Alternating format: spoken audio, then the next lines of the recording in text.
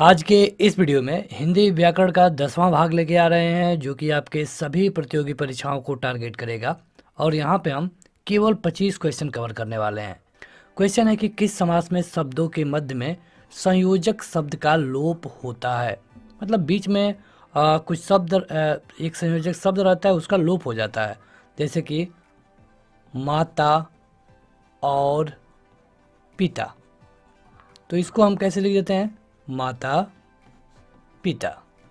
ठीक है, तो कह रहा है कि यहाँ पे कौन सा समास है ये आपको बताना है। आपके विकल्प ये है और 2 से 3 सेकंड में आप अपना उत्तर कमेंट करके बता दिया करिए। अगर आप ये वीडियो लाइव होने के बाद देख रहे हैं तो भी अपना उत्तर कमेंट बॉक्स में कमेंट करिए। ये पहला क्वेश्चन है तो पहला का आपका जो भी सही है इस तरह बता सकते हैं। देखिए ये होता है केवल और केवल किसमें, द्वंद्व में। माता पिता, दिन रात, धूप छाँव, इस तरह सुख दुख, ये जितने सारे शब्द हैं ये द्वंद्व होते हैं। द्वंद्व में होता क्या है कि जो दोनों पद होते हैं दोनों पद प्रधान होते हैं। ये जानिए क्योंकि इससे क्वेश्चन पूछा गया है कि द्वंद्व समास में कौन सा पद प्रधान होता है, पहला या फिर बाद वाला। तो इसमें दोनों पद प्रधान होते हैं और एक शब्द होता है जिसका लोप हो जाता है, ये होता है द्वंद्व। अगला है कि जन्मांध शब्द है। जन्मांध में कौन सा शब्द है ये आपको बताना है। जैसा कि हमने आपको पहले ही बताया कि सारे क्वेश्चन समास से होंगे। तो जन्मांध, देखिए समास और संधि ये दो ऐसे चैप्टर हैं हिंदी ग्रामर में कि आप अगर इनको विच्छेद करना जान गए तो समझिए कि आपके ये दोनों चैप्टर कंप्लीट हो जाएंगे। अगर आपको इस चैप्टर में कहीं पर भी कोई दिक्कत है तो इसके लिए हमारी स्पेशल वीडियो उपलब्ध है। इसी वीडियो के प्लेलिस्ट में या फिर डिस्क्रिप्शन में आपको उसका लिंक मिल जाएगा, आप जाके वहाँ पे पूरी हिंदी को देख सकते हैं। जन्मांध मतलब होता है जन्म से अंधा, जन्म से अंधा, जन्मांध। अब देखिए कहाँ पे ये वाले शब्द आते हैं, से, तो ये होता है केवल और केवल तत्पुरुष में। तत्पुरुष में आप देखते हैं कि का आ सकता है, से आ सकता है, पर आ सकता है, तत्पुरुष। तो ये होगा जन्मांध यानी कि तत्पुरुष समास। अगला है कि यथास्थान समासिक शब्द का विग्रह क्या होगा। विग्रह केवल आपसे पूछा गया है तो आपको ये नहीं बताना है कि कौन सा समास है, तो आप बताइए। यथास्थान, यथा अनुसार मतलब स्थान के अनुसार, स्थान के अनुसार को हम कहते हैं यथास्थान। कहा जाता है कि जब आप वहाँ गए तो यथास्थान अपना काम करिए, जैसा स्थान वैसा काम करिए। तो ये हो जाएगा अव्ययी भाव समास इसका होगा, जो आप पहले नंबर पे जिसको पढ़ते हैं। आगे बढ़ते हैं तो अगला है कि पूर्व पद संख्यावाची शब्द होता है किस समास के। ये सारे विकल्प हैं, अव्ययी भाव समास, द्वंद्व, कर्मधारय और द्विगु। बताइए 2 से 3 सेकंड। जैसे कि त्रिनेत्र, चौराहा, पंचशील। देखिए हम इसके अलावा जो इससे रिलेटेड फैक्ट है वो भी बताते चलेंगे। वीडियो थोड़ी बड़ी हो सकती है लेकिन आपको बेनिफिट भी ज़्यादा होगा। ये जो त्रि है, चौ है और पंच है, इस तरह के जो भी शब्द आते हैं ऐसा केवल और केवल एक जगह होता है और ये है द्विगु समास। द्विगु समास का यही आपको लक्षण मिलेगा कि उसके साथ आपको एक नंबर मिलेगा, 1 2 3 4 5 कुछ भी हो सकता है। अगला है कि सप्तद्वीप समासिक पद का विग्रह क्या होगा। सप्तद्वीप केवल विग्रह पूछा है और अगर आप बताना चाहें तो आप ये भी बता दीजिए कि इसका समास कौन सा है। इसमें कुछ भी करने के लिए समास में आपको विग्रह आना जरूरी है। सप्तद्वीप मतलब होगा 7 द्वीपों का समूह, 7 द्वीपों के समूह को सप्तद्वीप कहेंगे। अब देखिए अगर ये क्वेश्चन पूछ ले आपसे तो इसके 2 उत्तर होंगे। अब वहाँ पे उत्तर आपको ऑप्शन के अनुसार देना पड़ेगा। पहला तो ये एक द्विगु हो सकता है क्योंकि इसके आगे क्या है, सप्त, एक डिजिट लगा है, तो द्विगु समास इसके लिए ज़्यादा सॉलिड उत्तर होगा। अगर बाय द वे द्विगु समास ऑप्शन में ही नहीं है तब आप तत्पुरुष पे जा सकते हैं, लेकिन इसका जब ये क्वेश्चन पूछा जाएगा तो द्विगु समास ऑप्शन देगा और सही उत्तर होगा द्विगु समास। जैसे आपने पिछले वाले में देखा था 3 4 5 और यहाँ पे 7 है। अगला है मतदाता समासिक शब्द का विग्रह क्या होगा। ये आपके विकल्प है, बताइए 2 सेकंड के अंदर अंदर बता दिया करिए। और अगर अभी तक आपने लाइक नहीं किया है तो लाइक भी कर दें। मतदाता मतलब होता है मत को देने वाला, मत को देने वाला, जो मत देता है उसी को तो हम मतदाता कहते हैं, तो ये हो जाएगा। अब इसमें अगर वो पूछ ले तब समास, तो तत्पुरुष होगा, हमने तो खुद ही बता दिया, तत्पुरुष समास होगा। कर्ता ने कर्म को, कर्म तत्पुरुष समास इसमें होगा, मत को देने वाला। लंबोदर का विग्रह पद क्या होगा? बड़ा अच्छा क्वेश्चन है, बताइए। आपके सामने 4 विकल्प है। लंबोदर किसको हम कहते हैं? लंबोदर हम कहते हैं गणेश जी को। और क्यों कहते हैं? क्योंकि लंबा उदर है जिसका, उसको हम कहते हैं लंबोदर। यहाँ पे समास कौन सा होगा, क्या आप बता पाएंगे? तो यहाँ पे समास होता है बहुव्रीहि समास, बहुव्रीहि समास। बहुव्रीहि समास का क्या परिभाषा है? तो बहुव्रीहि समास में ये कहा गया है कि जब 2 शब्द मिल करके एक नया शब्द बनाए और उसका अर्थ भी एक नया हो जाए, तो वहाँ पे बहुव्रीहि समास होगा। जैसे इसका होगा लंबे पेट वाला। अब लंबा एक अलग शब्द है, पेट अलग शब्द है, लेकिन हमें जब कोई हमसे कहेगा लंबोदर, तो हमको पता चल गया कि मतलब ये कह रहा है गणेश जी के लिए। तो जब हमको तीसरे व्यक्ति के, तीसरे वस्तु के बारे में पता चल रहा है, तो इसे हम कहते हैं बहुव्रीहि समास। अगला है कि आत्मविश्वास में समास कौन सा है? बताइए तुरंत। ये वीडियो अगर आप टेस्ट के रूप में लेंगे ना, तो वीडियो के अंत में जाते जाते आपको ये पता चल जाएगा कि आपका 25 में से कितने नंबर आए हैं। और ये किसी भी आपके वनडे एग्जाम के लिए, चाहे टेट हो, पुलिस हो, कोई भी एग्जाम फ़ायदेमंद होगा। आत्मविश्वास में क्या होगा? आत्म का विश्वास, माने खुद का विश्वास। इसको आप विच्छेद करिए, आत्म का विश्वास। और का ये शब्द कहाँ आता है? तत्पुरुष में आता है। कौन सा?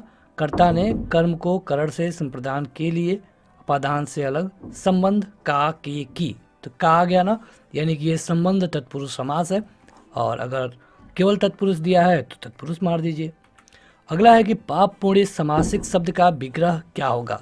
पाप पुण्य, याद करिए पहला वाला क्वेश्चन था माता पिता, सेम वही तो है। इतना आसान क्वेश्चन आपसे परीक्षा में पूछा जाता है, तो समझिए कि बहुत आसान है ये। पाप और पुण्य, पाप पुण्य कौन सा समास हो जाएगा, क्या आप बता देंगे? बताइए। द्वंद्व होगा, ठीक है। और द्वंद्व में क्या होता है? दोनों पद प्रधान होते हैं। अगला है कि चतुरानन में कौन सा समास होगा? चतुरानन। अब देखिए चतुरानन का मतलब क्या होता है। जब भी कहता है कोई कि चतुरानन, मतलब कि 4 सिरों वाले, हमको ब्रह्मा जी के बारे में पता चल जाता है, यानी कि यहाँ पे हमारा उत्तर होगा बहुव्रीहि। आगे बढ़ते हैं, तो अगला है नील कमल। इसका विग्रह क्या होगा, ये आपको बताना है। नील कमल, बताइए। मतलब नीला है जो कमल, उसको हम कहते हैं नील कमल।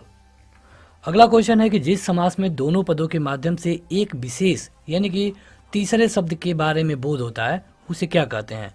अगेन हमने इसके बारे में आपको बताया है अभी थोड़ी देर पहले, तो बता दीजिए। आसान क्वेश्चन है, जैसे कि लंबोदर था, चतुरानन था, तो इस तरह क्या होगा? ये होगा बहुव्रीहि। बहुव्रीहि में क्या होता है?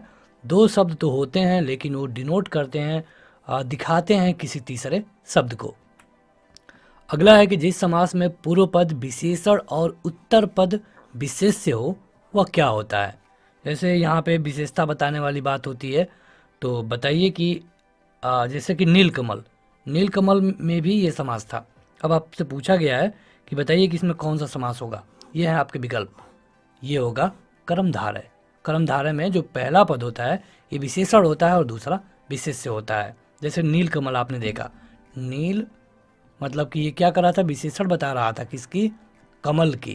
तो ये विशेष्य हो गया, ये विशेषण हो गया, तो इस तरह। अगला है कि अव्ययी भाव समास का पूर्व पद क्या होता है? इनमें से बताना है आपको।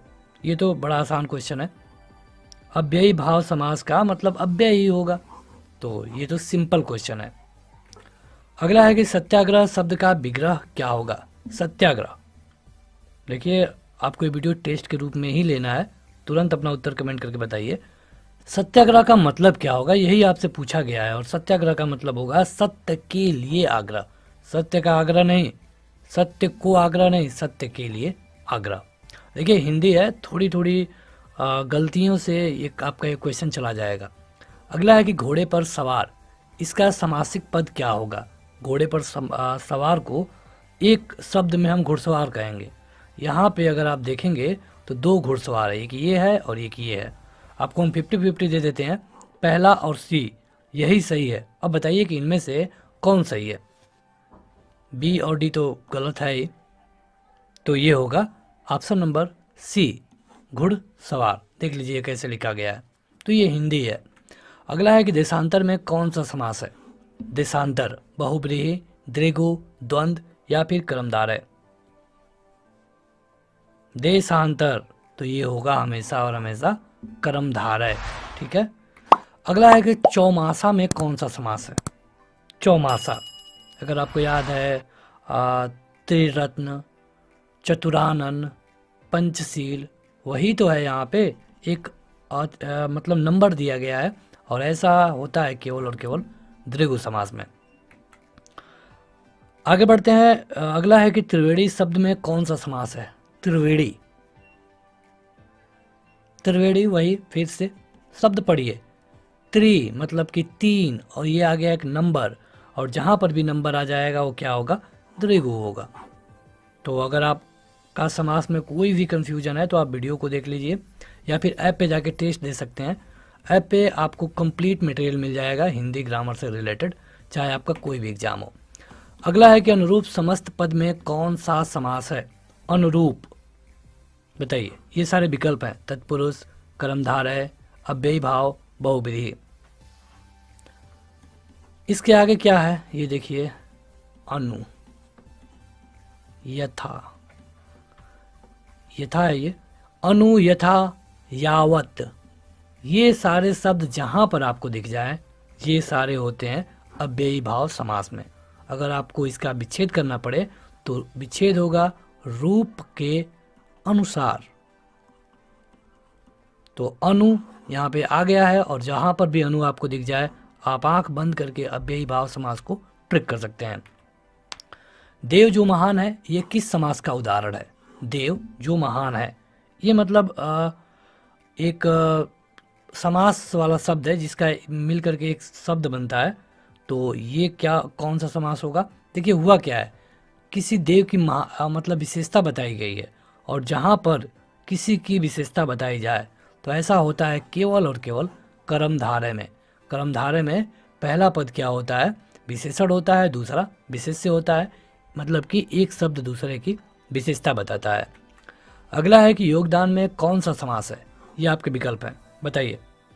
अगर आपको आप इस वीडियो को लाइव होने के बाद देख रहे हैं तो अपना उत्तर कमेंट बॉक्स में 1 2 3 करके कमेंट करते रहिए।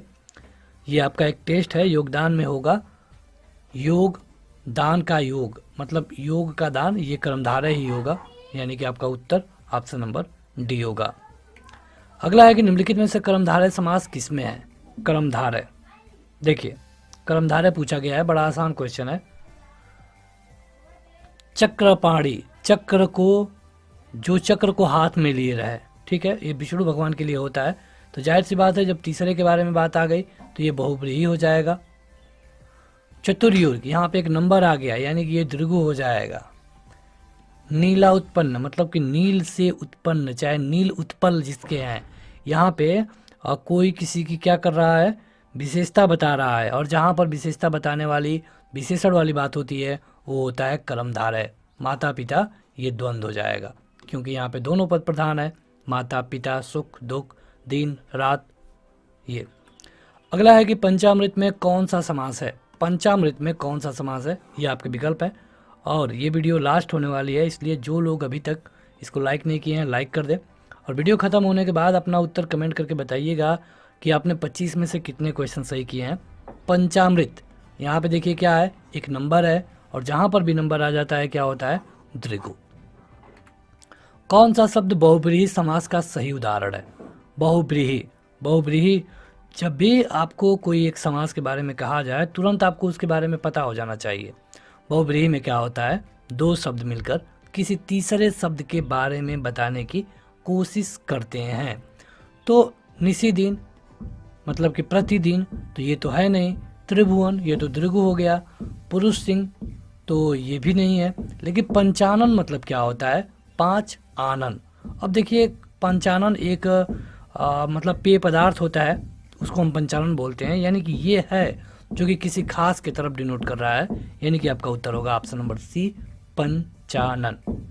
तो हमने 25 क्वेश्चन कवर कर लिया। आप हमें कमेंट करके बताइए कि आपका रिजल्ट 25 में से कितना रहा। इसके अलावा इस वीडियो को लाइक करने के साथ शेयर करिए। इस ऐप पे जाके आप इसके पहले की वीडियो, टेस्ट और स्टडी मटेरियल सब कुछ पा सकते हैं। लिंक वीडियो के डिस्क्रिप्शन में और पहले कमेंट बॉक्स में मिल जाएगा। आज के इस वीडियो में इतना ही। Thank you.